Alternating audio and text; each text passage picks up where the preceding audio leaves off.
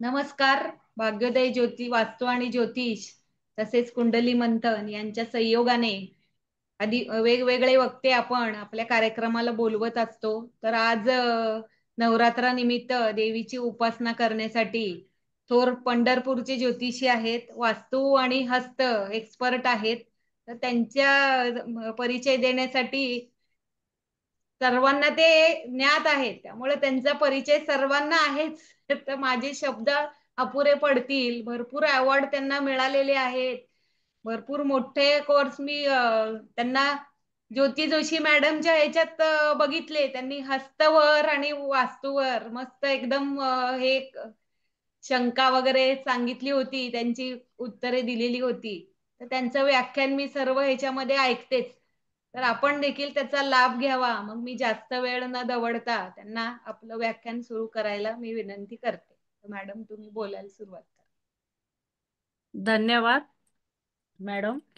खरंच परिचय द्यावा एवढे आपण अजून मोठे झालेलो नाहीये आणि आपल्याला अशी छान व्यासपीठ मिळत आहेत. आणि आज विशेष म्हणजे नवरात्रामध्ये गुरुवारी देवी महात्म्य, देवी उपासना सांगण्यासाठी जे आज मला या ठिकाणी बोलवलेलं आहे, हे माझं अहोभाग्य समजते. श्रीपादांची, दत्त महाराजांची कृपा असल्याशिवाय हे कार्य घडू शकत नाही. कारण की देवीने सुद्धा नवरात्रीमध्ये गुरु केले होते. त्यामुळे गुरुबळ हे कुठल्याही उपासनेसाठी किती महत्वाचं आहे हे पण आज आपण जाणून घेणार आहोत. तर मी पंढरपूर येथून सौ रेखा किशोरी टाक आज या व्यासपीठावरती जेवढे पण साधक या ठिकाणी उपस्थित राहिलेले आहे, तसेच ह्या ब्रह्मांडामध्ये जेवढे सकारात्मक नकारात्मक सर्व काही शक्ती आहे, ब्रह्मांडाच्या ऊर्जेला मी नमन करते. आपल्या सगळ्यांच्या आत्मामध्ये बसलेल्या परमात्माला नमन करून आज मला जो विषय दिलेला आहे, देवी महात्म्य आणि कुलदेवी उपासना, माझ्या ह्या व्याख्यानाला मी सुरुवात करते. मी माझी कुलदेवता, ग्रामदेवता आणि मा सरस्वती मातेला विनंती करते की त्यांनी माझ्या कंठात विराजमान व्हावं आणि सुमधुर वाणीतून आणि माझ्या जिव्हेवरती त्यांनी विराजमान होऊन माझ्या मुखातनं त्यांनीच बोलावं. कारण की त्यांचं महात्म्य बोलण्या एवढी मी मोठी नाही आहे.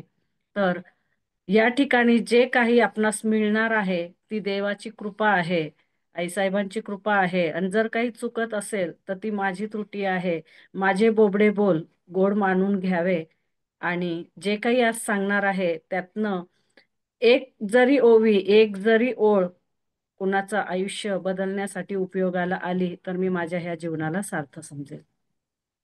या देवी सर्वभूतेषु शक्तिरूपेण संस्थिताः नमस्तस्यै नमस्तस्यै नमस्तस्यै नमो नमः.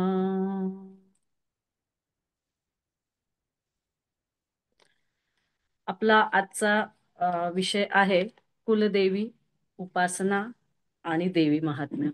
आपण सर्वप्रथम आदिमाया आदिशक्ती काय आहे, आदिमाया आदिशक्तीची सृष्टी काय आहे, आदिमाया आदिशक्ती ह्या पंचतत्वामध्ये ती कशी विलीन आहे, तिच्यामध्ये पंचतत्व कशी सामावलेली आहे, आपली कुलदेवता काय आहे, आपली कुलदेवताची उपासना आपण कशी करावी, आपली कुलदेवता आपल्याला माहित असताना आपण आपला कुलाचार कसा करावा, जर आपल्याला आपली कुलदेवता माहित नाही आहे तर मग कुलदेवतेचा शोध कसा घ्यावा, ह्या सगळ्या गोष्टींवर आज आपण प्रकाश टाकणार आहोत.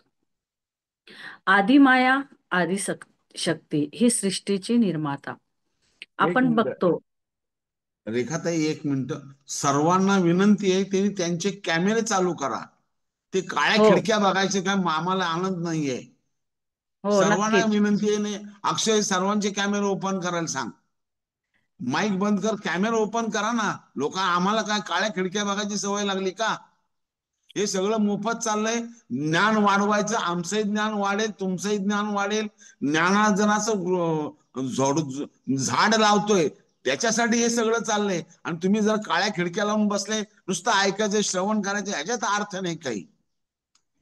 आणि आज खरोखर सांगते की आपण नवरात्रामध्ये एका प्रकारे आपण ह्या ठिकाणी उपासनेला बसलेलो आहोत.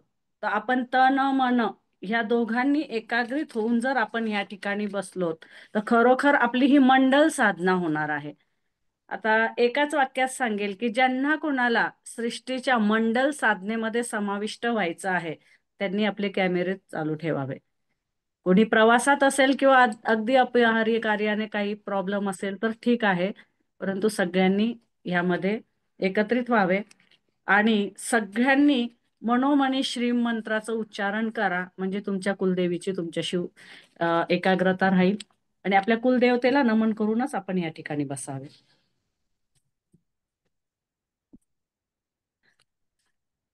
बोलू सर पुढे? हो, चालू ठेवा, कंटिन्यू ठेवा. आदिमाया आदिशक्ती ही या सृष्टीची निर्मिती आदिमाया आदिशक्तीने केलेली आहे. ही आदिमाया कोण आहे? ह्या त्रिशक्ती कोण आहेत? ही 52 शक्तीपीठ काय आहेत? 3.5 शक्तीपीठ काय आहेत? तर आपण जर देवी पुराणामध्ये जर बघितलं तर आदिमायाच ही संपूर्ण सृष्टीची करता धरता आहे. ही आदिमाया ज्या वेळेला आपल्या सृष्टीमध्ये विचरण करायला लागली, त्यावेळेला तिला असं वाटायला लागलं की अरेच्या पूर्ण सृष्टीत मीच आहे. मला कोणीतरी सोबत हवं आहे, माझं कोणीतरी माझं अस्तित्व पाहिजे. बघा, आमच्याकडे खूप काही असतं. आमच्याकडे धन आहे, वैभव आहे, रूप आहे, आरोग्य आहे, सगळं आहे. परंतु त्याचं शेअरिंगलाच जर आमच्या बरोबर कोणी नसेल तर आमच्या एवढं कोणीच पोरकं नसतं. तर आदिमाया आदिशक्तीने मग काय केलं की तिच्यातनच ब्रह्मा, विष्णू, महेश या 3 देवतांना तिनं उत्पत्त केलं. आणि ही देव बाळरूपानं जन्मून ही जशी मोठी झाली, मोठी झाल्यानंतर आदिमाया आदिशक्तीच्या मनामध्ये जो आपण म्हणतो की तिचा तमगुण जागृत झाला. जेव्हा तिचं सत्वगुण जागृत होतं, त्यावेळेला तिनं काय केलं की ह्या सृष्टीमध्ये तिनं देवतांची निर्मिती केली. तिचा रजोगुण होता, त्यावेळेला तिनं काय केलं की ह्यांचं संगोपन केलं, ह्यांना मोठं केलं. पण काही एका क्षणासाठी तिच्यातला तमोगुण जागृत झाला आणि तिने ब्रह्माला निवेदन केलं की तुम्ही माझ्याशी लग्न करा. तिन्ही देवांनाच तिनं निवेदन केलं. तर ब्रह्मा म्हणाले, माते आम्ही तुमच्या उरातनं, आम्ही तुझ्या उदरी जन्माला आलोय आणि तुझ्याशी आम्ही कसं विवाह करणार? तर तिनं ब्रह्माला तिथेच भस्म केलं. नंतर तिने विष्णूला निवेदन केलं. तर श्रीहरी भगवान विष्णू म्हणाले, माते तुम्ही हे काय बोलत आहात? त्यांनाही ते तेवढंसं त्यांच्या मनाला भावलं नाही. मग तदनंतर त्यांनी त्यांनाही भस्म केलं. ह्या ब्रह्मांडामध्ये अनेक अनेक अनेक सूर्य आहेत, अनेक अनेक अनेक विष्णू आहे, अनेक अनेक अनेक ब्रह्म आहेत आणि आदिमाया आदिशक्ती ही एक आहे आणि रुद्र हे एक आहे. मग तिने भगवान शिवला निवेदन केलं. तर त्यावेळेला भगवान शिवने आपल्या बुद्धीचा, आपल्या अंतर्मतीचं त्यांनी उपयोग केला आणि त्यांनी म्हणाले की माते तुम्ही सांगताय, मातेची आज्ञा ही पुत्रासाठी सर्वोपरी असते, त्यामुळे मी तुमची आज्ञा मानायला तयार आहे. परंतु प्रत्येक नात्याचं एक काहीतरी बंधन असतं, काहीतरी कर्तृत्व असतं, कर्म असतं. तर तुम्ही जर तुमच्या मातृभावामधनं जर विरक्त होण्यास तयार असाल तर मी नक्की तुमचा स्वीकार करेल. आणि त्यांनी ज्या वेळेला आपल्या बुद्धीचा उपयोग करून त्या आदिमायेची समजूत काढली, त्यावेळेला आदिमाया त्या ठिकाणीच पंचतत्वामध्ये विलीन झाली आणि तदनंतर तिने दक्ष राजाच्या येथे सती रूपाने त्यांनी जन्म घेतला. भगवान शिवाने आपल्या अंतर्मधनच ब्रह्माची निर्मिती केली. त्यांच्या ब्रह्माच्या कमळामधनं विष्णूची निर्मिती झाली आणि विष्णूमधनं मग परत इथे थोडस चुकत आहे मी. भगवान शिवाने त्यांच्या आतनच हरिहार जे आपण रूप म्हणतो, हारने हरीची निर्मिती केली आणि हरीच्या नाभीतनं जे कमळ उमललं त्याच्यामध्ये ब्रह्माचा जन्म झाला आणि ब्रह्मानं पुन्हाच ही सृष्टी निर्माण केली. आणि ही सृष्टी निर्माण केल्यानंतर दक्ष राजाच्या घरी सती रूपात आदिमाया आदिशक्तीने जन्म घेतला आणि ती पूर्वजन्माचं संचित जे घेऊन आली होती, तिनं कठोर तपस्या केली. परंतु त्यावेळेला सुद्धा सती रूपात सुद्धा आदिमायेमध्ये थोडासा जो अज्ञानतेचा बोध होता, त्याचंच कारण असं घडलं की तिनं तपस्या केली, आपलं हरतालिकेचं व्रत केलं. ते करून त्यांनी भगवान शिवला अर्जित तर केलं, त्यांच्याशी विवाह तर केला, परंतु त्यांच्यातला जो पूर्वजन्माचा अबोध होता तो त्यांच्या हट्टामध्ये रूपांतरित झाला. तो असा की दक्ष राजाने एकदा यज्ञ केलं होतं आणि त्या यज्ञामध्ये या दाम्पत्याला आमंत्रित केलं नव्हतं. सर्व देवांना आमंत्रित केलं होतं, परंतु ह्या दाम्पत्याला आमंत्रित केलं नाही. ही सगळी कथा आपल्या सगळ्यांना शिवपुराणातनं माहिती आहे. का केलं नाही की एकदा दक्ष राजाच्या सभेमध्ये सगळे देव बसलेले होते आणि सगळ्या देवांनी उठून त्यांना नमन केलं, परंतु शिव ध्यानात बसलेले होते, त्यांनी केलं नाही. तर त्यांना माझ्या जावयाने माझा नमस्कार केला नाही म्हणून त्यांना त्याचा त्रागा होता, म्हणून त्यांना बोलवलं नाही यज्ञामध्ये. आणि सतीला असं वाटलं की माहेरी जाण्यासाठी कशाला आमंत्रण पाहिजे, त्यामुळे आहे तर ती तिथे गेली. तिथं गेल्यानंतर तिनं जेव्हा बघितलं की माझ्या माहेरी माझा मान नाही झाला हरकत नाही, परंतु माझ्या पतीचा अपमान मी सहन करणार नाही. आणि मग ती तिथं त्या होमकुंडामध्ये तिने स्वतःला स्वाहा केलं. आणि हे जे सतीचं स्वाहा होणं आहे, हे भगवान शिवाच्या मनाला प्रताडित करून गेलं आणि ते तिचं शेव घेऊन सगळीकडे फिरू लागले. त्या विराहामध्ये भगवंताला खरं तर लीला करायची होती, त्यामुळं हे सगळं घडत होतं.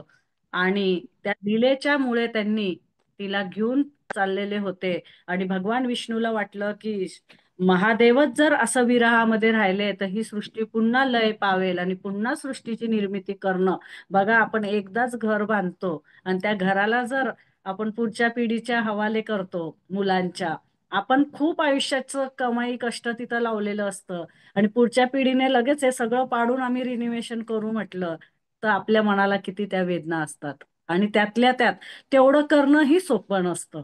मी लौकिक आणि आध्यात्मिक हे दोन्ही उदाहरणं ह्याच्यासाठी जोडत आहे की आम्हाला सामान्य व्यक्तीला ही सगळी गोष्ट आम्हाला कळावी. कारण की जोपर्यंत आम्हाला आमचं लौकिक दृष्टीने जेव्हा आम्ही अध्यात्माकडे बघू त्यावेळेला आम्हाला अध्यात्म खूप चांगल्या पद्धतीने समजेल. आणि जेव्हा आम्ही अध्यात्मात मध्ये डुबून जाऊ तेव्हा ह्या लौकिक घटनांचं आमच्यावर कोणताही विपरीत परिणाम होणार नाही. भोवतालच्या घटनांचं आमच्यावरती काहीतरी डिप्रेशन होणं, काहीतरी आम्हाला त्याचा त्रास होणं, ह्या घटना घडणार नाही. तर मग त्या ठिकाणी भगवान विष्णूने काय केलं की आपलं सुदर्शन चक्र सोडलं आणि शिव जे शव घेऊन फिरत होते सतीचं, त्याचेवाले 52 भाग विविध विविध ठिकाणी पडले. आणि ते 52 भाग ज्या ज्या ठिकाणी पडले ती देवीची 52 शक्तिपीठ निर्माण झाली.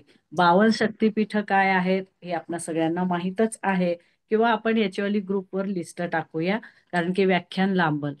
त्यातल्या त्यात जर बघितलं तर 3.5 शक्तिपीठ खूप महत्वाचे आहे जी आपल्या महाराष्ट्रामध्ये आहे.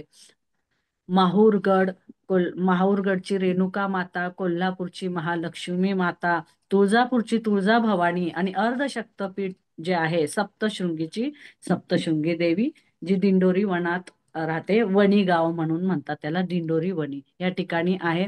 सर आमचे तिथूनच आहेत आणि मला असं वाटतं की त्या सप्तशृंगीचीच कृपा आहे की तिनं आज या ठिकाणी मला बोलावलेलं आहे. तर ही 3.5 जी शक्तिपीठ आहेत ही खूप जास्त पूजनीय आहे. 3.5 शक्तिपीठामध्येच आमच्या कुलदेवता सामावलेल्या आहे. 3.5 शक्तिपीठामध्येच आमची संपूर्ण कुंडलिनी शक्ती 3.5 वेटोळे घेऊन जी बसलेली आहे ती ही शक्ती आहे. 3.5 शक्तिपीठाची जर आम्ही योग्य रीतीने जर उपासना केली, 3.5 शक्तिपीठांच्या बीज मंत्रांची जर आम्ही आमच्या सप्तचक्रावरती जर साधना केली तर आमची 3.5 एटोळे घातलेली जी कुंडलिनी शक्ती आहे ती ओपन होते, ती उजागर होते, याचा मी अनुभव घेतलेला आहे. तर ही 3.5 शक्तिपीठ जर आपण अजून एकत्रित करायचं म्हटलं तर ती आहे दुर्गा. दुर्गा जी आहे ती सिंहावर आरूढ आहे, ती अष्टभुजा भवानी आहे, ती द्विभुजा आहे, ती चतुर्भुजा आहे, ती अष्टभुजा आहे, ती दशभुजा आहे, अशी ही दुर्गा माता आहे. आणि ह्या दुर्गा मातालाच आपण एकीकडे जर आपण बघितलं तर भगवान रामाने राम जेव्हा वनवासात चालले होते त्यावेळेला त्यांना एक साध्वी भेटली होती. आणि ती साध्वी त्या साध्वीच्या ते आश्रमात गेले आणि ती साध्वी त्यांच्यावरती भाळली होती. आणि रामाचं म्हणणं होतं की माझं ह्या जन्मामध्ये व्रत आहे की मी एक पत्नी एक वचनी असणार आहे, त्यामुळे मी तुम्हाला स्वीकार करू शकणार नाही. साध्वीने ज्या वेळेला त्यांना विवाहासाठी आपल्या भाषेत म्हणू की प्रपोज केलं होतं, मागणी मागितली होती, तर त्यावेळेला राम म्हणाले होते की मी माझ्या सीतेच्या शोधात आहे आणि मी फक्त सीतेचा आहे, तरी सुद्धा मी माघारी येताना तुझ्या येथे येणार आणि तू जर मला ओळखलं तर मी सीतेची आज्ञा घेऊन तुला माझ्या बरोबर घेऊन जाणार. राम गेले, सीतेचा शोध घेतला, रावणाबरोबर त्यांनी युद्ध केलं आणि माघारी येताना पुन्हा त्या आश्रमात जेव्हा राम आले, साधू वेशामध्ये होते ते, आणि त्यांनी घोंगडं घेतलेलं होतं, आणि ती जी साध्वी होती ती त्यांना जेव्हा अन्न वाढत होती पंक्तीला तर ती त्यांना ओळखू शकली नाही. मग तीच म्हणजे कोणतं, तिला मग त्यांनी काय केलं की एक पर्वत दिला, म्हणे की तू ह्या पर्वतावरती साधना कर, नामस्मरण कर, मी कलयुगामध्ये जेव्हा कल्की अवतारात येईल त्यावेळेला नक्कीच तुझ्याशी मी वर्ण करेल म्हणजेच विवाह करेल. आणि तीच साध्वी जी आहे तीच म्हणजे आमची वैष्णोदेवी आहे. वैष्णोदेवी ही महासरस्वती, महालक्ष्मी आणि महाकाली ह्याच्या ज्या 3 पिंडिया आहे त्या ठिकाणी त्या पर्वतावरती आहे. आणि वैष्णोदेवी आजही त्या रामाची तिथे वाट बघत आहे आणि त्याच्या आगमनाच्या साठी ती त्या ठिकाणी आतुर आहे. आणि कल्की भगवान ज्या वेळेला जन्म घेणार त्यावेळेला वैष्णोदेवी माताशी त्यांनी वरण करणार असं त्यांनी पुराणांमध्ये सांगितलेलं आहे. आणि म्हणून आज कलियुगामध्ये आपण बघतो की जसं आपण 3.5 शक्तिपीठ आपण बघतो, तीच 3.5 शक्तिपीठ त्या ठिकाणी वैष्णोदेवीच्या रूपामध्ये आहे आणि तिचा गाजावाजा सगळीकडे आहे. बोलो शेरावली माता की जय हो. दुर्गा, दुर्गाला दुर्गाच का म्हणतात? दुर्गाला दुर्गा का म्हणावं? त्या शेरावालीला, त्या वैष्णोदेवीला सुद्धा आहे, तर तिचंच एक रूपक म्हणून दुर्गाचं मानले जातं. आणि ही दुर्गा जी आहे ती कशावर आरूढ आहे? ती सिंहावर आरूढ आहे. यावेळेस नवरात्र जी आलेली आहे, नवरात्र यंदाचे हत्तीवर आरूढ आहे, परंतु दुर्गा जी आहे ती सिंहावर आरूढ आहे. आणि सिंहाचं महत्व काय आहे? देवीनं जे वस्त्र परिधान केलेलं आहे, लाल वस्त्र, त्याचं महत्व काय आहे? तिच्या अष्टभुजा काय आहेत, का आहेत? तिच्या हातामध्ये तलवार का आहे? तिच्या हातामध्ये गदा का आहे? तिच्या हातामध्ये धनुष्यबाण का आहे? तिच्या हातामध्ये कमल पुष्प का आहे? तिच्या हातामध्ये कमंडूल का आहे? या सगळ्या गोष्टींचं विवरण आज आपण या ठिकाणी बघणार आहोत. आपण सर्वप्रथम आदिमाया आदिशक्ती काय आहे, तिची रूप काय आहे, आणि तिनं किती रूप घेतली, आणि मग नवरात्रीची उपासना कशी सुरू झाली, आणि मग देवी महात्म्य काय आहे, आणि कुलदेवी उपासना काय आहे, या सगळ्या गोष्टींचं आपण आज या ठिकाणी विचार करणार आहोत. देवीचं नाव दुर्गा, तिचं वाहन सिंह, तिच्या हातात शंख, धनुष्य, त्रिशूल, चक्र, तलवार, गदा, वरदायिनी माळा, ह्या सगळ्या काही गोष्टी आहे. तर दुर्गा, दुर्गाचा अर्थ काय आहे आपणास माहित आहे का? दुर्गा मधलं जे द आहे, द म्हणजे काय आहे? जे स्थिर आहे. जे थांबलेलं आहे. आणि ग म्हणजे काय? ज्याला गती आहे, जे चलायमान आहे. द म्हणजे स्थिर, ग म्हणजे गतिमान. असं हे दोन्ही आहे. त्याच्यातला जो उ आहे, उचा अर्थ काय आहे? स्थिर आणि गतिमान ह्या दोघांचं संतुलन करणे म्हणजे उ आहे. स्थिर आणि गतिमान ह्या दोघांचं संतुलन.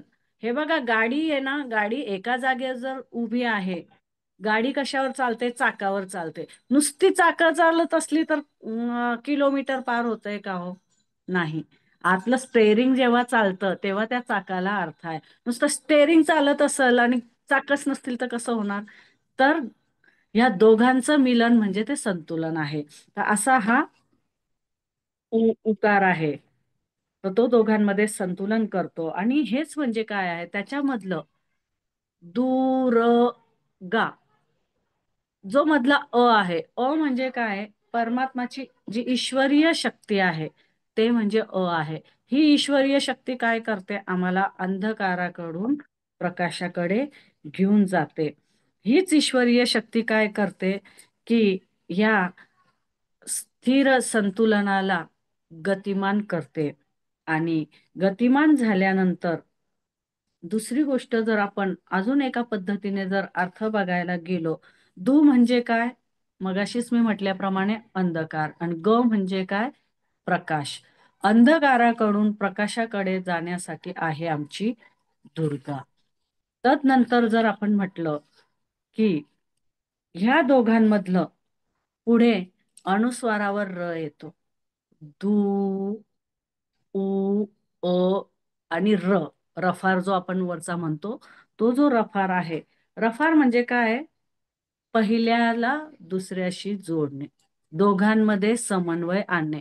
द आणि ग, स्थिरता आणि गतिमानता ह्या संतुलनाला एकमेकाला जो जोडतो तो वरचा रफार आहे. आणि एका शक्तीला दुसऱ्या शक्तीशी मिळवण्यासाठी, म्हणजे आमच्या ह्या आत्म्याला परमात्म्याशी एकरूप करणारी शक्ती म्हणजे कोण आहे? दुर्गा आहे. म्हणजे आम्ही देवीचं पूजन का करावं? तर देवी आम्हाला, या आत्म्याला परमात्म्याशी मिळवण्याचं कार्य करते. म्हणून दुर्गा ह्या नामाची शक्ती जर आमच्याकडे असेल तर आमच्या आतलं अज्ञानता जाईल, आमच्या आतले अंधकार जाईल, आमच्या आतली नकारात्मकता जाईल, आमच्यामध्ये सकारात्मकता येईल, आमच्या जीवनामध्ये प्रकाश येईल. आणि आम्ही चांगल्या गतीने आम्ही आध्यात्मिक आमच्या प्रवासाकडे आम्ही पुढे जाऊ. अशी ही परमात्माची शक्ती आम्हाला मिळेल. आणि ज्या वेळेला परमात्माची शक्ती मिळते त्यावेळेला जीवनामध्ये आनंद येतो. जीवनामध्ये सुख येणं, जीवनामध्ये प्रेम येणं, जीवनामध्ये समाधान येणं आणि जीवनामध्ये आनंद येणं, याच्यामध्ये खूप मोठा फरक आहे. आम्हाला नुसतेच पैसे मिळाले म्हणून आम्ही श्रीमंत होत नाही, नुसतीच नाती मिळाली म्हणून आम्ही श्रीमंत होत नाही, नुसतीच एखादं आम्हाला काहीतरी पद मिळालं म्हणजे आम्ही श्रीमंत होत नाही. तर आम्ही श्रीमंत कशाने होतो? तर आम्ही आनंदाने होतो. कारण की आम्ही जेव्हा आनंदित असतो, बघा, रडणार एखादा माणूस रडगाणं जर म्हणत असलं ना, सारखं त्यानं काहीतरी कंप्लेंट्स करत असलं, तर आपण काय म्हणतो? तो सतत काही ना काही सांगतच असतो. अशा लोकांच्या जवळ जास्त लोक बसत नाहीत. परंतु तुम्ही काहीतरी त्यांच्याकडे छान व्यक्त करत राहिला ना, तर लोकांना तुमच्याशी वारंवार बोलायला आवडतं. तर दुर्गा आम्हाला काय देते? आनंद देते. दुर्गा दुर्गा ही एक आदिशक्ती आहे. आणि तिचं वाहन काय आहे? सिंह.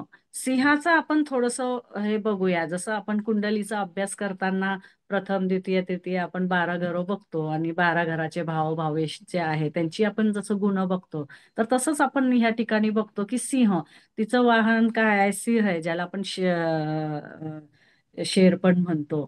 तर सिंह काय आहे? जंगलाचा राजा आहे. सिंह कोणाच्या अधीन आहे का? नाही. तो त्याचं जे पालन करतो, त्याला जर खूप भूक लागलेली असेल तर तो त्याला सुद्धा खाऊन टाकतो. काय राजाच्या आसनाला सुद्धा सिंहासन म्हटले जातं. सिंहासन म्हटलं की एक असं बल हे येतं. तर मग जी अशी शक्ती आहे की जिच्यावर कोणाचाच कंट्रोल नाहीये, ज्याला कोणीच आवरू शकत नाही, ज्याला कोणीच वश करू शकत नाही, अशा त्या आपल्या ह्या निसर्गातल्या पर्यावरणातल्या एवढ्या मोठ्या शक्तीला सुद्धा जी आपल्या वश करते, अशी ती आदिमाया आदिशक्ती दुर्गा आहे आणि ती त्याच्यावरती आरूढ आहे. ती त्याच्यावरती आरूढ आहे. म्हणजे एका शक्तीला सुद्धा जिच्यामध्ये बांधण्याची शक्ती आहे, अशी ती मा दुर्गा आहे. म्हणून तिचं वाहन सिंह आहे. सिंहापेक्षा मोठी शक्ती भूतलावावरती नाही आहे.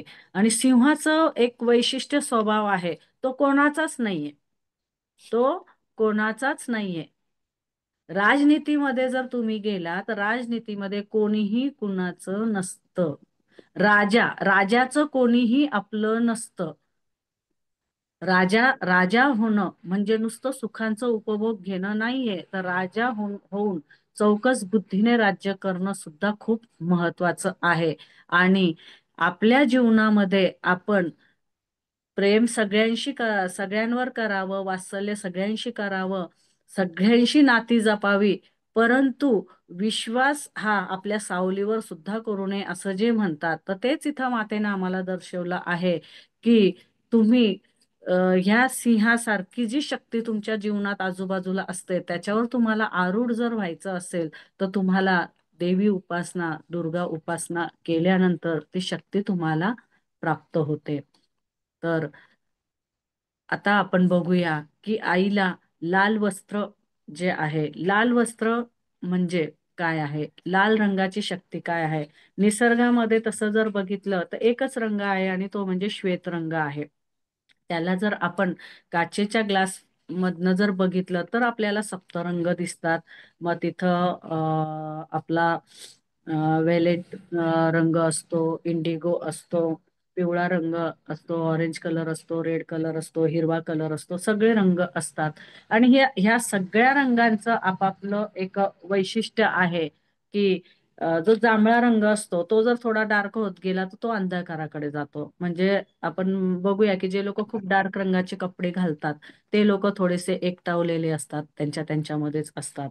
पीत रंग, तुम्ही मंदिराचे पुजारी, मठाधिपती वगैरे बघितले तर ह्या लोकांचा जो पिवळा रंग असतो. संत महात्मे हे जे असतात त्यांचं ऑरेंज कलर त्यांचं परिधान असतं. तर त्यापेक्षा जास्त ऋषी मुनी खूप वरच्या लेवलला साधनेमध्ये जे गेलेले असतात असे लोक गेरुवा लाल रंग परिधान करतात. तर ही जी देवी आहे हिने लालच म्हणजे निसर्गाच्या संपूर्ण पंचतत्वाच्या संपूर्ण शक्तीला जिनं आपल्यामध्ये सामावलेलं आहे, अशा ह्या देवीचं जे वस्त्र आहे ते लाल रंग आहे. तर लाल रंग आपण परिधान केल्यानंतर देवीसारखीच आपल्यामध्ये पण प्रज्वलित ऊर्जा आपल्याला मिळते, प्रज्वलित शक्ती आपल्याला मिळते.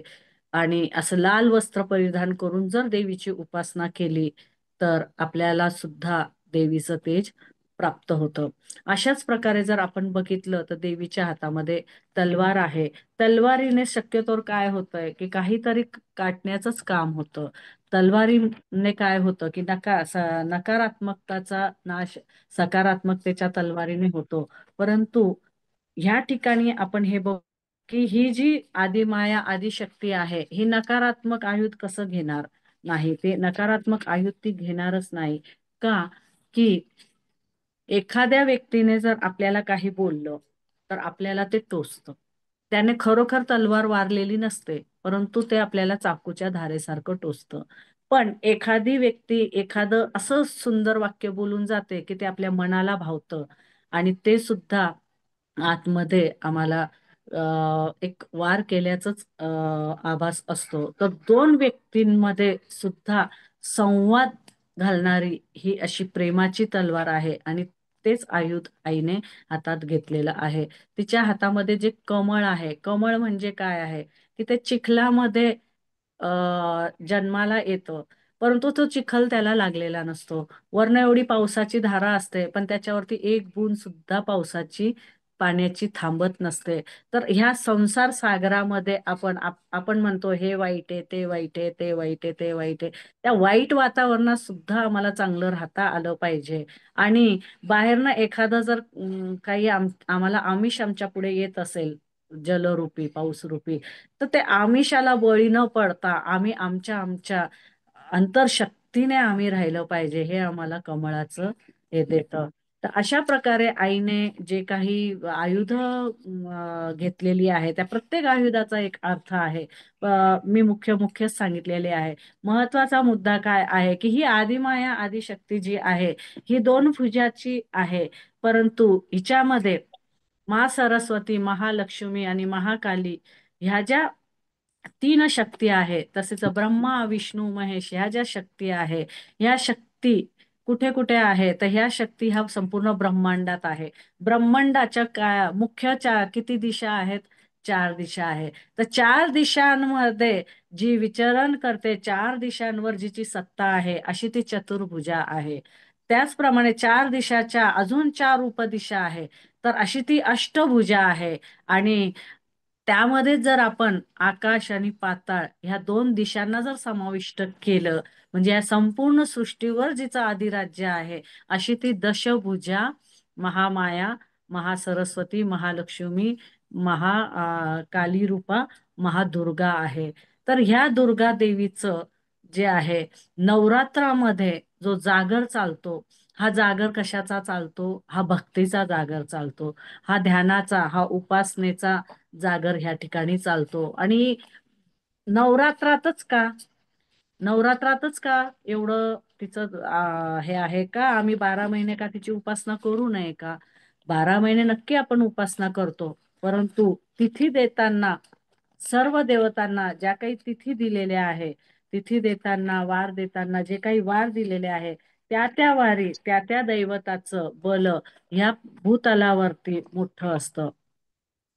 ज्या वेळेला भक्त शिवाला पुकारतात, त्यावेळेला ते आदिमायेला म्हणतात की माझे भक्त मला पुकारत आहे, मला एका रात्रीसाठी माझ्या भक्तांसाठी भूतलावावरती जाऊ दे. मी 1 रात्र घेतो, ती शिवरात्र, आणि तुला मी 9 रात्र देतो. 9 रात्री ह्या शिवानं देवीला दिलेल्या रात्री आहे की मी तुला काही विचारणार नाही, तू काय करते, काही नाही करते, तू तुझ्या भक्तांचा कसं सांभाळ करायचं कर, कुणावर किती कृपा करायची ती कर. आणि मग विविध कृपा देवीची आमच्यावर होते, आणि तीच आम्हाला माहित नाहीये. सोनाराच्या दुकानात जर आपण जातोय, तर तिथून निदान तोळभर नाही तर ग्रॅमभर तर आणा, निदान एक मणी तर आणा. पण आपण तिथं जातो आणि त्याला म्हणतो की तांब्याची अंगठी मिळेल का? तर देवाच्या दारात जेव्हा जातोय, तर अनेक गोष्टी आमच्या कर्माने, कष्टाने आम्हाला मिळणारच आहे. गाडी आहे, बंगला आहे, ज्या काही सुखसोयी आहे, हे आम्हाला मिळणारच आहे. परंतु तिथं जाऊन या आत्माच्या यात्रेची, या शरीररूपी यंत्रासाठी जी एक ऊर्जा पाहिजे असते, ती आम्हाला तिथं मागता आली पाहिजे. आणि मग तेच मागणं म्हणजे काय आहे? तर जोगवा. अनादि निर्गुण प्रगटली भवानी, मोह महिषासूर मर्दना लागुनी, त्रिविध तापाची कराया झाडणी, आईचा जोगवा, जोगवा, जोगवा मागेन. ही जी त्रिविध ताप आहे ना, षडरिपू जी आहे, अहंकार, मद, माया, मत्सर, हे आम्हाला सुधरूच देत नाही. आमचा अहंकार आम्हाला नेहमी आडवा येतो, आणि हा अहंकारच आम्हाला या ठिकाणी आईच्या चरणी आम्हाला अर्पित करायचा आहे. तर नवरात्रीमध्ये ती नवशक्तीने ह्या ठिकाणी प्रकट होते. प्रथम माळ शैलपुत्री, शैलपुत्री, दुसरी आहे ब्रह्मचारिणी, तिसरी आहे चंद्रघंटा, चौथं रूप आहे कुष्मांडा, 5वं स्कंद माता, 6वं कात्यायनी, 7वी कालरात्री, 8वी गौरी आणि 9वी सिद्धिदात्री आहे. विविध देव्या आहेत. आता आपण बघतो की मीही ज्योतिषचं कार्य करते, आणि बरेच लोक राशीनुसार देवीची उपासना सांगतात. का सांगतात? तर ह्या ब्रह्मांडामध्ये जे नवग्रह आहेत, ते ह्या आईमध्येच विलीन आहेत. आणि प्रत्येक ग्रहाची एक दैवत पण आहे. त्यामुळे आपण त्याही पद्धतीने जर तिची उपासना केली तर काहीच हरकत नाही आहे.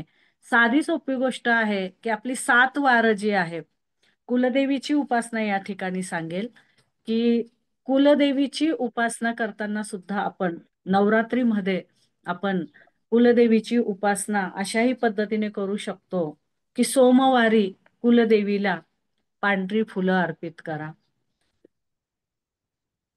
तांदळाची खीर किंवा साखर, मिष्टी, जी काही आपली पांढऱ्या रंगाचं जे काही पदार्थ आहे, भगरीची खीर आहे, तांदळाची खीर आहे. उपास आमचा असतो, देवाचा नसतो. त्यामुळे त्यांना तांदळाची खीर चालते. तिला तिला दाखवायचं आणि छोट्या कन्यांना तो प्रसाद खाऊ घालायचा. ती आनंदित होते. मंगळवारी डाळिंब, फळांमध्ये म्हटलं तर डाळिंब आहे, बीट आहे. तसंच तुम्ही इतर जे काही लाल रंगाचे धान्य आहेत त्या धान्याच्या पिठापासून, जसं नाचणी आहे त्याचा तुम्ही नैवेद्य आईला दाखवू शकतात. बुधवारी तुम्ही हिरवी भाजी, हिरवी पानं अशी आईला अर्पण करायची, त्याची माळ आपण अर्पण करू शकतो. गुरुवारी आहे तर हरभऱ्याची डाळीचे बेसनचे लाडू वगैरे आपण अर्पण करावेत आणि पिवळी फुलं अर्पण करावीत. शुक्रवारी आहे तर गुलाबाची फुलं आईला अर्पण करावी, त्याचप्रमाणे खीर अर्पण करावी. शनिवारी उडीदाचे वडे अर्पण करावे आणि गोकर्णीची फुलं अर्पण करावी. रविवारी आहे तर झेंडूची केशरी फुलं अर्पण करावी, गव्हाची खीर अर्पण करावी. अशा प्रकारे अन्न आणि धान्यातनं, खूप जास्त मोठे उपाय न करता आपण अन्न आणि धान्यातनं सुद्धा आईची उपासना करू शकतो. आपण घट बसवतो. घट बसवताना देवीची जी आपण स्थापना करतो तिची वाली, त्या ठिकाणी आपण घटमाळ जी आपण लावतो ती शक्यतो हिरव्या पानांची, तगरीच्या, ते तडकाच्या त्या फुलांचीच असते ती. परंतु तुम्ही ह्या विविध फुलांची, पानांची माळा त्या ठिकाणी लावू शकतात. त्या ठिकाणी आपण ज्याच्यामध्ये आपण पेरतो, ठेवल्यानंतर तिथं कोणी परातीमध्ये, कोणी कुंडीमध्ये, कोणी पत्रावळीमध्ये, त्या ठिकाणी आपण शेतातील लक्ष्मी, आम्ही माती म्हणत नाही, आम्ही लक्ष्मी म्हणतो, शेतातनं माती, लक्ष्मी आणून त्याच्यावरती आपण धान्य पेरतो. काय आहे, ती जी लक्ष्मी आहे ती पृथ्वी तत्व आहे आणि त्यावरती आम्ही कोणी सप्तधान्य पेरतात, कोणी एकच धान्य पेरतं आणि ते भरभराटीचं एक स्वरूप आहे. असं बऱ्याच ठिकाणी म्हटले जातं की यंदा घट छान आलेत बरं का, म्हणजे यंदा आपल्या घरामध्ये भरपूर धन येणार आहे. आणि एखाद्या वेळेला जर ते व्यवस्थित नाही आलं, काही कारण असू शकतं, आणि खरोखर असं होतं, जर एखाद्या वेळेला जर ते व्यवस्थित उगवलं नाही, केलं नाही, तर बऱ्याचदा तुम्हाला त्या ठिकाणी आईसाहेब संकेत देतात की काहीतरी जीवनात थोडंसं संकट येणार आहे किंवा काहीतरी बिघाड होणार आहे. तर आपण त्या ठिकाणी तिचं नामस्मरण जास्त सुरू करायचं, टेन्शन घ्यायचं नाही. तिचं नामस्मरण, तिची उपासना आपण जास्त ठेवायची. तर ती आपल्याला ऍक्सिडेंट होण्याआधी जर आपल्याला कळतंय, पुढे जर खड्डा आहे तो जर आम्हाला आधी दिसतोय, तर आम्ही खड्ड्यात पाय ठेवून, पलीकडे दुसरा पाय ठेवून आपण त्या खड्ड्यातनं व्यवस्थित जाऊ शकतो. त्याच्यामुळे तिने आम्हाला आधीच संकेत दिलेला आहे आणि त्यानुसार आपण आपल्या जीवनात पुढे जाऊ शकतो. आपण धान्य पेरतोय, आपण जर त्या ठिकाणी नुसते गहू पेरले तर तिथं गहू उगवणार आहे. आपण जर सप्तधान्य पेरले तर तिथं सप्तधान्य उगवणार आहे. तर इथं आम्हाला नवरात्र काय सांगतं, जीवनामध्ये तुम्ही काय कर्म करताय, तुम्ही जे पेरणार आहे तेच उगणार आहे. तुम्ही जे देणार आहात तुम्हाला तेच मिळणार आहे. तुम्ही जर कुणाला चांगलं दिलं तर तुमच्यापर्यंत चांगलंच फिरून येणार आहे. तुम्ही कुणाचं वाईट केलं तर तुमच्याकडे वाईटच येणार आहे. वाईट हे कर्मानच झालं पाहिजे असं नाहीये. विनाकारण कुणाची निंदा जरी आमच्याकडनं झाली, जरी आमच्या समोर कोणी दोन माणसं बोलत असले की तो चांगला किंवा वाईट आहे, पण आम्ही त्या ठिकाणी जर त्या गोष्टीला एक तटस्थ भावनेनं पाहिलं तर आमचं कर्म तिथंच थांबणार आहे. पण आम्ही जर त्या ठिकाणी ओघामध्ये जर काही बोलायला लागलो तर आमचं कर्मच आम्हाला फिरून तिथं येणार आहे. तर त्या ठिकाणी पेरलेलं जे धान्य आहे हे त्याचं प्रतीक आहे की काय आहे ते. बऱ्याचदा असं होतं की कोणी म्हणतं नारळवर बांधून ठेवावा, कोणी म्हणतं तो नारळ आपण फोडून खावा. तर खरं तर तो जो 9 दिवसानंतर तो जो नारळ असतो त्याला व्यवस्थित त्या दिवशी तर घट हलवून घ्यायचे आणि तदनंतर त्या नारळाला मार्गशीर्ष महिन्यापर्यंत आपण देवघरातच पूजायचं. जल बदलत राहायचं, दर 2 दिवसानं तांब्यातलं जल बदलत राहायचं आणि त्या नारळाला कोंब फुटून जर त्याचं वृक्ष त्याच्यातनं जर निर्माण होत असेल आणि ते जर तुम्ही एखाद्या शेतामध्ये जर लावायला ते दिलं, कुठंतरी त्याचं वृक्षारोपण जर केलं, नुसतंच निसर्गाकडनं घ्यायचं नाहीये, त्याला परत द्यायचं पण आहे. नारळ तुम्ही फोडून त्याचा प्रसाद खावा, काहीच हरकत नाहीये, परंतु काही लोक वर्षानुवर्ष तो नारळ वर बांधून ठेवतात. तो नारळ वर्षभर घरात बांधून ठेवतात आणि मग नंतर तो पुढच्या वर्षी विसर्जित करतात. खरं तर नियम असा आहे की या वर्षभरामध्ये जर मध्ये ग्रहण आले किंवा तुमच्या घरामध्ये काही अघटित घटना घडल्या तर तो नारळ त्याच्यानंतर विसर्जित करून टाकायचा असतो. त्यामुळे ज्यांना ज्यांना जेवढं शक्य आहे की त्यांनी काय करायचं की घट हलवायचं, नंतर तो नारळ आहे तर मार्गशीर्ष महिन्यापर्यंत किमान पूजायचा आणि तदनंतर जर तुम्ही त्याला विसर्जित केलं, वाहतं पाणी चांगलं बघून विसर्जित करा, म्हणजे तो पाण्याच्या प्रवाहाने कुठंतरी जाऊन तो त्या ठिकाणी त्याचं वालं रोपण होईल. नसल तर स्वतःच्याच घरामध्ये पूजन करून जेव्हा कोंब फुटायला लागतो त्यावेळेला त्याचं वृक्षारोपण करा. अशा पद्धतीने त्याचा उपयोग केला पाहिजे. आता आपण बघूया की शैलपुत्री कोण आहे. ही हिमालय पुत्री सुद्धा हिला बोलले जातं. ती बर्फाचं तिचं आवरण आहे, ती बर्फासारखी स्फटिकासारखी तिची ऊर्जा आहे आणि ती बालरूप, अबोध बालरूप अशी ही शैलपुत्री आहे. ती दुष्टांचा संहार करते. तर ब्रह्मचारिणी काय काय आहे, तर ब्रह्मचारिणी ही शीलवस्या आहे, ती विद्या प्रदान करते.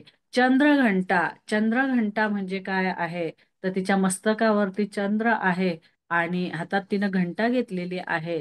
खरं तर आज आपलं व्याख्यान थोडस उशिरा होत आहे, पण इथून पुढं गुप्त नवरात्रात सुद्धा तुम्ही ह्या गोष्टींचे उपाय करू शकता की घंटानाद घरामध्ये केल्यामुळे नकारात्मक ऊर्जा जाते आणि तिसऱ्या दिवशी जर आपण दर तृतीयेला जर आपण घरामध्ये घंटानाद एक संकीर्तन ठेवायचं, कोणी नसलं तर आपल्या घरचेच लोक सगळेजण 21 मिनिटं, 15 मिनिटं, अर्धा तास, 1 तास बसायचं आणि आपण थोडस कीर्तन करत घरामध्ये जर घंटानाद केला तर घरातल्या नकारात्मक ऊर्जा निघून जातात. चतुर्थ रूप तिचं आहे कुष्मांडा. कुष्मांड म्हणजे ज्याला आपण कोहाळं म्हणतो. खरं तर आपल्या इथं जास्त तर काय होतं ना, कोहाळं घराच्या बाहेर असं बांधले जातं, त्याला पूजा विजा करून नजर लागू नये म्हणून. खरोखर नजर लागत नाही, जर घरावर खरंच नजर असेल तर ते कोहाळं पिलपिलं होऊन जातं. बऱ्याच ठिकाणी आम्ही बघितलं आहे की आणल्या आणल्या तिसऱ्या चौथ्या दिवशी ते पिलपिलं होतं, नसल तर ते 2-2 महिने त्याला काही होत नाही. ज्या वेळेला कोहाळं आपोआप सुकून जातं त्यावेळेला त्याला तुम्ही विसर्जित करायचं असतं आणि ते घर खूप पॉझिटिव्ह असतं असं समजावं, जिथं कोहाळं वाळतं 2-3 महिन्याने. परंतु ज्या ठिकाणी कोहाळ्याला जर पाणी सुटत असेल, पाणी टपकत असेल, ते विलविलं होत असेल, ते सडत असेल, तर त्यावेळेला त्या घरामध्ये छोटस हवन करायची गरज आहे. तुम्ही गायत्री मंत्रांनी सुद्धा आपल्या नवग्रहाच्या ज्या लाकडी असतात किंवा आंबाच्या ज्या लाकडी असतात त्याचं तुम्ही हवन करू शकतात. गायत्री मंत्र 24 वेळेला जरी म्हटले तरी चालतं. एक काय म्हणतात, 9 रविवार जर तुम्ही सलग गायत्री हवन केलं घरामध्ये तर घरामधली नकारात्मकता निघून जाते. कोहाळं खरं तर आयुर्वेदाच्या दृष्टीने आमच्या शरीरामध्ये नवपेशिकाला निर्माण करतं. थोडस आपण महाभारतामध्ये जर गेलो तर गांधारीचा जो गर्भ होता तो तसाच बाहेर आला होता, फक्त गर्भाचा गोळा होता, म्हणजे त्याच्यातनं एकाही बाळाचं असं रूप घेतलेलं नव्हतं, बाळाला आकार आलेला नव्हता. तर त्यावेळेला मग त्यांचे जे कुलगुरू होते त्यांनी कुष्मांड मागवली. 100 कुष्मांडामध्ये तिच्या त्या अर्भाचे 100 भाग त्यांनी केले. 101 केले, कारण की एक कन्या पण होती आणि ती 100 पुत्र ती गांधारीची झालेली आहे. तर कुष्मांडामध्ये काय, कुष्मांड जे आहे, कोहाळ जे आहे, कोहाळ्याचा ज्यूस जर आपण आठवड्यातनं एकदा जरी पिला तर आपल्या शरीरामध्ये नवपेशी निर्माण होतात. बघा, रक्त तयार होणारी कुठली फॅक्टरी नाहीये. माणसाचंच माणसाला रक्त दिले जातं आणि पेशी आहेत आपल्याच आत निर्माण होतात, आपल्याच आत संपतात.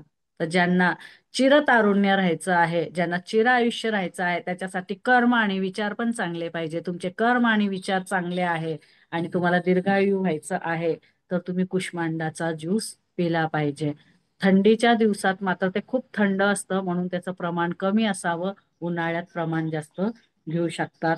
असं हे कुष्मांड आहे जे निर्मिती करणारा आहे. तदनंतरची जी आहे ती स्कंद माता आहे. स्कंद माता जी आहे, स्कंद कोण आहे तर आपले कार्तिक स्वामी ते स्कंद पुत्र आहे. देवतांचा जो सेनापती आहे तो कार्तिकीय. तसेच शिवाचंच हे एक रूप आहे जे सर्व कल्याणकारी आहे, अशी ही स्कंद माता आहे. त्यानंतरचं जे रूप आहे ते कात्यायनी. कुमारिकांनी कात्यायनी पूजन जर केलं, अष्टमी किंवा पौर्णिमेला कात्यायनीचं यंत्र किंवा कात्यायनीचं स्मरण केलं, कात्यायनी पूजन कसं करावं, कात्यायनी व्रत कसं करावं, याची एक PDF मी सरांना पाठवेल, ते आपल्याला देतील. तर कात्यायनीच्या व्रताने कुमारिकांना चांगला वर प्राप्त होतो. भगवान श्रीकृष्णाच्या सान्निध्यात सर्व गोपिकांनी कात्यायनीचं पूजन केलं होतं आणि तेव्हा त्यांना परमात्मा परमेश्वर लाभलेला आहे. तदनंतरची जी देवी आहे ती कालरात्री आहे. कालरात्री ही रात्रभर जागर केलेला आणि आईने त्या दिवशी आहे तर तिची धुनी लागलेली, तिची समाधी लागलेली आणि देवीने गुरु देवीच्या आयुष्यात गुरुने आगमन केलं आणि ह्या दिवशी देवीने गुरुमंत्र घेतलेला आहे. सिद्धिदात्री, सर्व सिद्धींना सिद्धी आम्हाला देणारी, सर्व सिद्धींना आमच्यामध्ये प्रारूप करणारी अशी ही सिद्धिदात्री आहे. ह्या सिद्धिदात्रीच्या अष्टसिद्धी आहे. हनुमानजीला अष्टसिद्धी नवनिधिके दाता असं म्हटले जातं. अष्टसिद्धी नवनिधिके दाता, त्यांच्याकडे अष्टसिद्धी होत्या. सूर्य भगवानला त्यांनी गुरु केलं होतं आणि त्यांनी अष्टसिद्धी प्राप्त केल्या होत्या. आणि या अष्टसिद्धी ज्या आहेत त्यातली एक सिद्धी अशी आहे की ती तुम्हाला प्रापंचिक होऊनच करावी लागते. म्हणून बऱ्याचदा असं होतं की आम्ही जप तप भजन खूप करायला लागलो, उपासना करायला लागलो की आम्हाला असं वाटतं की आता विरक्ती येते, आता मी संन्यास घ्यावा का. संन्यासत्व होऊनच तुम्हाला देवाची प्राप्ती होईल असं नाहीये. संसारात राहून परमार्थ कसं करावं हे सिद्धिदात्रीनं सांगितलेलं आहे. तिच्या अष्टसिद्धी आहे अनिमा, लघिमा, प्राप्ती, प्रकाम्या, महिमा, ईशित्व, वशित्व, कामवासियता, ह्या तिच्या अष्टसिद्धी आहे. आणि ह्या अष्टसिद्धी मध्ये असं आहे की छोटं रूप कसं घेता येईल, मोठं रूप कसं घेता येईल, जडत्व कसं होईल, सूक्ष्मत्व कसं येईल, या सगळ्या गोष्टी आमच्यामध्ये येतात. तर ह्या सिद्धिदात्रीची उपासना केल्यामुळे, तसेच अनघा लक्ष्मीचं जेव्हा आपण अष्टमीला पूजन करतो, अनघ आणि अनघा हे दत्त भगवानाचे कलियुगातलं लक्ष्मीनारायणाचा अवतार आहे आणि ह्यांचेच पुत्ररूप ह्या अष्टसिद्धी आहेत. हे त्यांच्या आणि ह्या ज्या अनिमा लघिमा ह्या अष्टसिद्धी म्हणजेच काय, यांचा वास कुठे आहे तर आमच्या 8 दिशांना आहे. जे कोणी सिद्धिदात्रीच्या ह्या अष्टसिद्धींचं स्मरण करतो त्याच्या वास्तूला देवीच्या सकारात्मकतेचं बंधन असतं. ज्या घरामध्ये या अष्टसिद्धींची नावं सुद्धा नुसती घेतली जातात त्या वास्तूमध्ये मारण मोचन तंत्र मंत्र कशाचाही असर होत नाही. अशा ह्या आमच्या 9 दिवसाच्या नवशक्ती आहे. आता कुलदेवता उपासनेबद्दल मी सांगेल की कुणाची कुलदेवता 3.5 पीठ असते, तर कुणाची सेंद्रिय देवता पण असते. कोणाचा वेंकोबा यंकोबा असे पण असतात, जेजुरीचा खंडोबा, ज्योतिबा, हे सुद्धा कुणाकुणाचे दैवत असतात. कुणाचे कुलदैवत बालाजी असतात. काही लोकांचं देवींबरोबर खंडोबा ज्योतिबा हे सुद्धा जोडीचं देव असतं. तर ह्यांचा कुळाचार आपल्या घरामध्ये दरवर्षी आपल्या परंपरा जशा चालत आलेल्या आहे तसा झालाच पाहिजे. परंतु आता बऱ्याच लोकांना कुलदेवताच माहित नसते, मग त्यांनी काय करायचं. तर त्यावेळेला त्यांनी एक सुंदरसं तुम्हाला मी यंत्र दाखवते आहे. पंचकोनी यंत्र. एक सोनाराच्या दुकानात जायचं, चांदीचा पत्रा घ्यायचा आणि चांदीच्या पत्रावरती त्यांना अशा पद्धतीचं, मॅडम दिसतं का बघा, 1 2 3 4 5 असं हे घरासारखं चित्र आहे. असं पंचकोनी यंत्र बनवायचं आणि त्याच्यावरती ओम श्री कुलदेवताभ्यो नमः असं त्यांच्याकडनं लिहून घ्यायचं. दिसतंय सर? कोणीतरी नाही बोर्ड. नाही, फोटो पुढं काढून अजून अजून पाठवा, थोडं नंतर पुढं करा. व्हॉट्सअपला पाठवून देऊ. आता ठीक आहे. दिसतंय. हा, तर पत्राचं टाक बनवायचं, मराठीमध्ये टाक म्हणतात ह्याला. आणि त्याच्यावरती आहे तर ओम श्री कुलदेवताभ्यो नमः एवढंच लिहायचं, किंवा ओम श्री कुलदेवताय नमः असं तुम्ही लिहून, मी जे तुम्हाला पूजन सांगितलं त्या पद्धतीनं आपल्या देवघरामध्ये ह्याला ठेवून याचं पूजन करत राहायचं. ज्या वेळेला बघा, आई सुद्धा बाळ रडल्याशिवाय दूध पाजत नाही. तुमची खरोखर आत्मता जर निर्माण झाली, तुम्ही जर तिचं सतत स्मरण करत राहिला, तर कुठेतरी वेबिनारच्या माध्यमातनं, न्यूजपेपरच्या माध्यमातनं, आता सध्या इंटरनेटचा जमाना आहे, गुगलच्या माध्यमातनं कोणीतरी लांबचे पाहुणे तुम्हाला कुठेतरी भेटतील आणि मग ते म्हणतील, अहो तुमचं आणि आमचं गोत्र एकच आहे, आमची ही देवता आहे, तुमची ती. अशा पद्धतीनं तुम्हाला तुमच्या कुलदेवतेचं ठिकाणा तुम्हाला माहित होईल. अजून एक उपाय सांगते, की आपण जसं उंबरठ्याची पूजा करतो, खाली आपण चौकट जी असते आपली प्रवेशद्वाराची मुख्य, तिथं आपण उंबरठ्याची पूजा करतो. तसंच चौकटीच्या वरच्या बाजूचं जे चौकट असते, तिथून वर जी वॉल असते, त्या वॉलच्या तिथे एक पितळी खिळा पहिले ठोकून घ्यायचा आणि एक लाल कापड घ्यायचं. ह्या अष्टमीला तुम्ही, अष्टमी किंवा नवमीला आपण सगळेजण हा उपाय करू शकतो. हा उपाय 2 गोष्टीसाठी आहे. ज्यांना आपली कुलदेवता माहित नाहीये त्यांनी पण करायचं, आणि ज्यांना आपली कुलदेवता माहिती आहे, त्याची उपासना चालू आहे, पण तरी सुद्धा आम्हाला वाटतं की आमची काहीतरी कामं नडत आहे, आमची कामच होत नाही, आमची कुलदेवता पर्यंत आमची पुकार जाते का नाही, आमची आतली जी आमची आर आहे ती जात आहे का नाही, तर ह्यासाठी काय करायचं आहे की एक लाल कापड घ्यायचं आहे. त्याच्यामध्ये आहे तर थोडस हळदी, कुंकू, एक गोमती चक्र, एक कमळगट्ट्याचं बीज,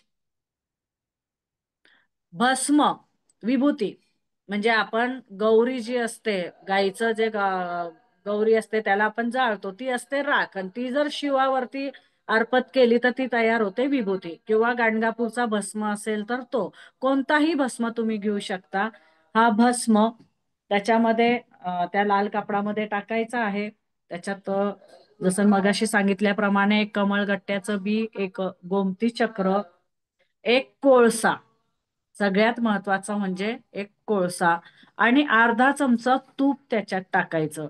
ह्या सगळ्या गोष्टी त्या रुमाला एवढ्या कापडावरती टाकताना आपण ओम श्री कुलदेवताय नमः, ओम श्री कुलदेवताय नमः हा जप करत जायचा.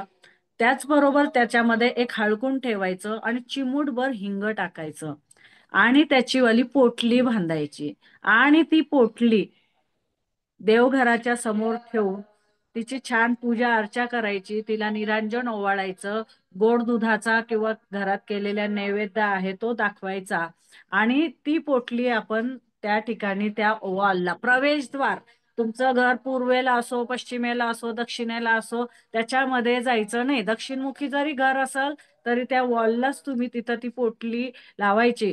प्रत्येक देवताचं घरामध्ये एक स्थान आहे. आपण शक्यतोवर काय करतो, ईशान्येला देवघर असतं तिथं सगळे देव आपण बसवतो, परंतु घरामध्ये कुलदेवताचं जे स्थान आहे, जसं खाली उंबरठ्यावरती नरसिंह भगवानचं स्थान आहे, तसंच चौकटीच्या वरच्या बाजूला कुलदेवताचं स्थान आहे. तर त्या वरच्या बाजूला चौकटीच्या वॉलला आपल्याला ही पोटली लावायची आहे. आणि रोज तुम्ही देवाला जसं धूपदीप करतात तसं धूपदीप तुम्ही या बांधलेल्या पोटलीला करायचं आहे. म्हणजे ती देवी रूपीच आहे, तिला तुम्ही तिथं तुमच्या घरात स्थान दिलेलं आहे. ज्या वेळेला तुम्ही तुमच्या घरामध्ये तिला स्थान देतात, आणि स्थान देऊन, हे बघा, एखाद्या व्यक्तीला आमंत्रण करावं आणि नुसतंच तो आला की त्याला जर आपण उभंच त्याच्याशी बोललो तर तो निघून जाईल 10-20 मिनिटाने, परंतु त्याला जर तुम्ही स्थान दिलं तर तो तुमच्याशी चर्चा करून तुमच्या विषयाला पुढे घेऊन जाईल. तसंच आपण देवीला इथं स्थान द्यायचं आहे.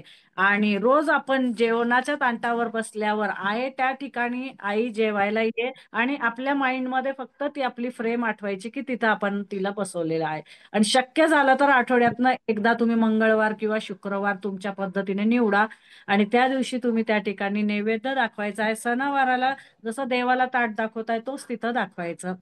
तर हा उपाय तुम्हाला तुमच्या कुलदेवता माहित नसतील तर त्या माहिती होतील, आणि जर तुमच्या कुलदेवता माहित आहे परंतु त्यांची कृपा जर घडत नाहीये तर ती कृपा तुमच्यावरती होईल. त्याचबरोबर तुम्हाला आता कुलदेवता माहिती आहे, तुम्ही वर्षातनं एकदा जातात, तिच्यासाठी खण, ओटी, चोळी जे काही आहे ते घेऊन जातात. त्याबरोबर नेहमी 1 नारळ आणि 7 लिंबू घेऊन जायचे. देवीच्या पहिल्या पायरीला तो नारळ शक्य झालं तर तिथं फोडायचा किंवा तिथं तो सोडून द्यायचा आणि पायऱ्यांवरती लिंबू ठेवत जायचे. जर तशी व्यवस्था नसेल तर तुम्ही जे काही थाळ घेऊन जाताय त्याबरोबरच आईला आहे तर ते सप्त लिंबू तिच्या चरणी जर तुम्ही अर्पण केले तर तुम्हाला तुमची प्रार्थना तिला सांगावी लागणार नाहीये की मी कशासाठी आली आहे. फक्त तुमच्या घरातल्या ऊर्जेतनं किंवा जिथं तुम्ही लिंबू विकत घेताय तिथून तुमच्या घराला स्मरण करा, तुमच्या अडचणींना स्मरण करा आणि ते फक्त तिच्या चरणावरती ठेवा. आईला काहीही सांगावं लागत नाही, तिला सगळं कळतं. आईच्या समोर उभं राहिल्यानंतर नुसतं असा नमस्कार नाही करायचा आहे, तर असा पदर फक्त पुढे करून तिचं स्मरण करायचं आहे, तर तिचा आशीर्वाद तुम्हाला लाभेल. त्यानंतर त्यानंतर आपण देवीला जेव्हा जातो, वर्षातनं जेव्हा आपलं एकदा जाणं फिक्स असतं, आपल्या घरून पुरणपोळी, शक्य असेल पुरणपोळी, तसं तर चुरमा म्हणजे आपण काय म्हणतात गव्हाचं जे पीठ आहे त्याचा जो चुरमा बनवला जातो, युट्यूब वरती आपण रेसिपी बघू शकतो की गव्हाचं पीठ घट्ट मळायचं, त्याचे मुटके करायचे, त्याला तळायचं, त्याला पुन्हा थोडंसं मोडायचं, त्याला मिक्सरला थोडं फिरवायचं आणि मग गुळाचा पाक करून त्याच्यात टाकायचं.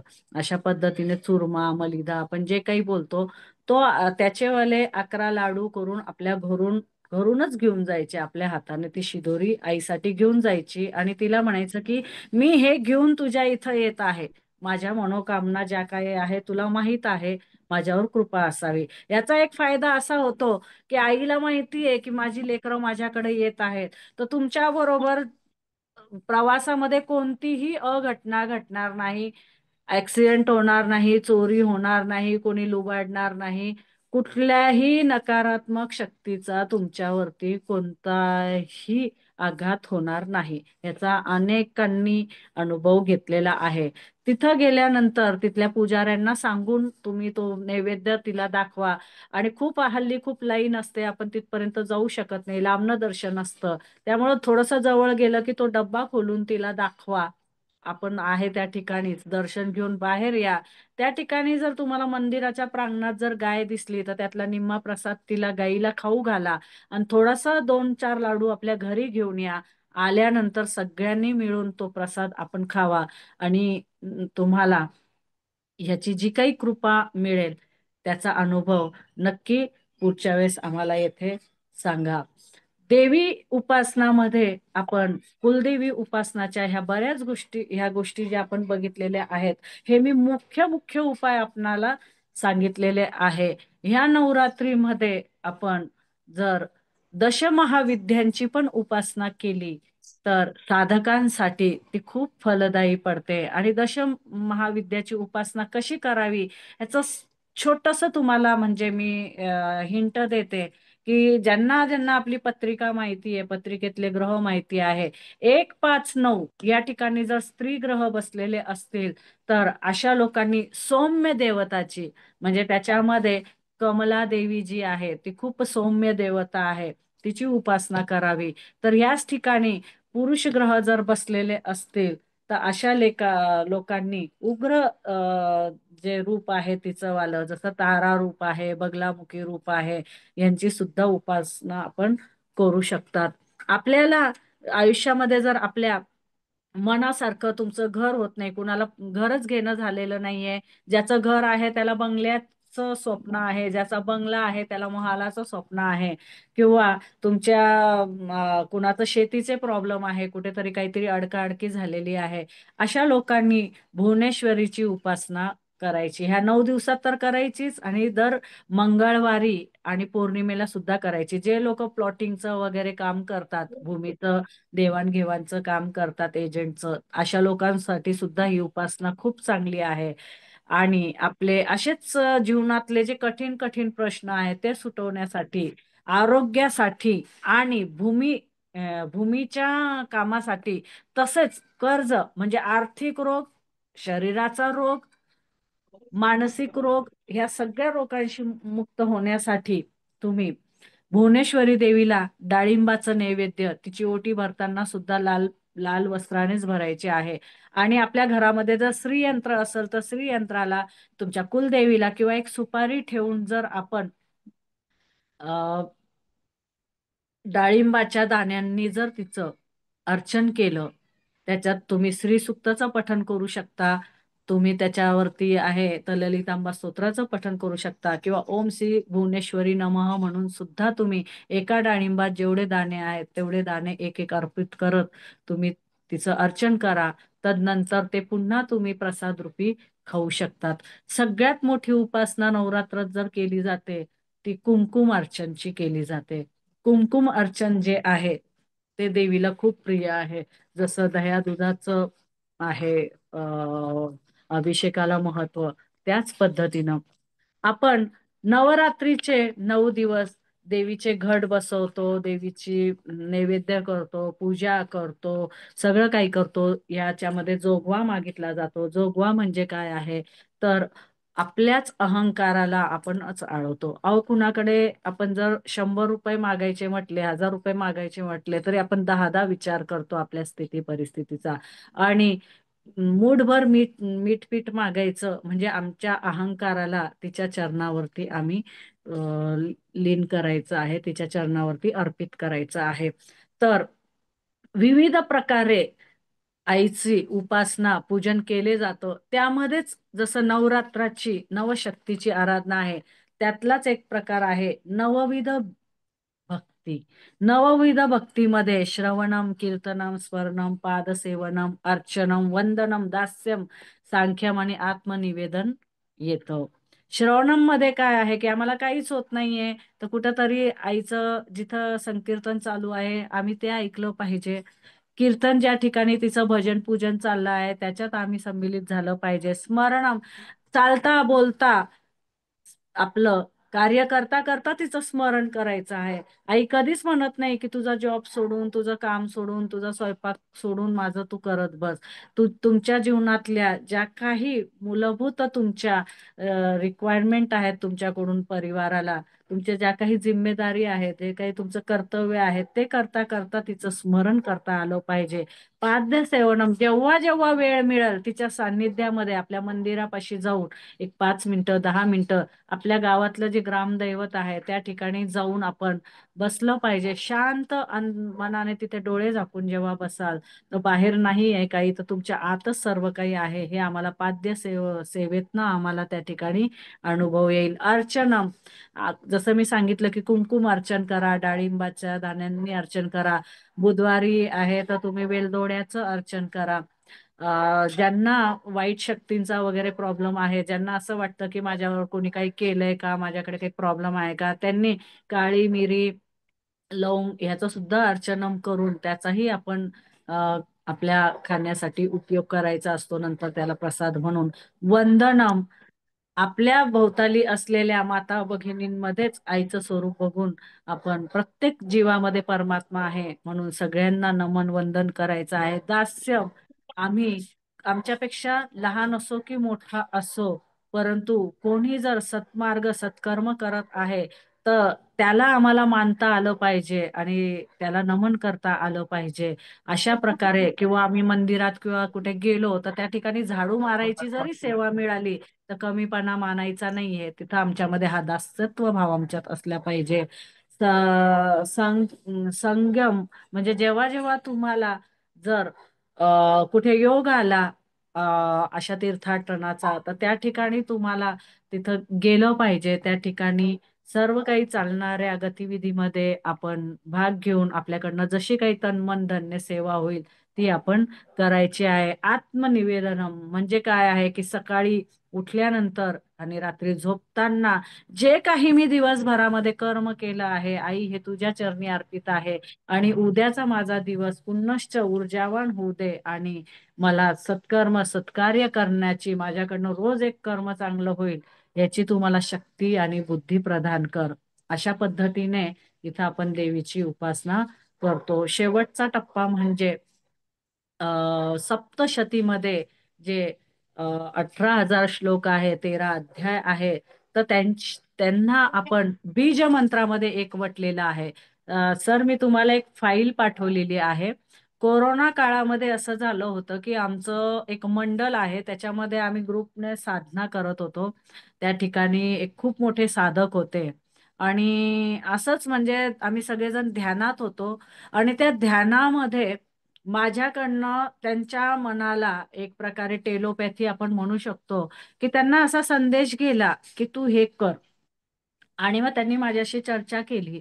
तर सप्तशतीच्या प्रत्येक अध्यायात जे प्रत्येक श्लोकाचा एक बीज मंत्र जसं अवधूत बाबांनी केलेलं आहे त्याच पद्धतीचं खूप कमी अक्षरांचं असं ते संघटन आहे की ती बीज मंत्र साधना तुम्ही जर केली तर तुम्ही रोज तो एक पाठ केल्यासारखं आहे.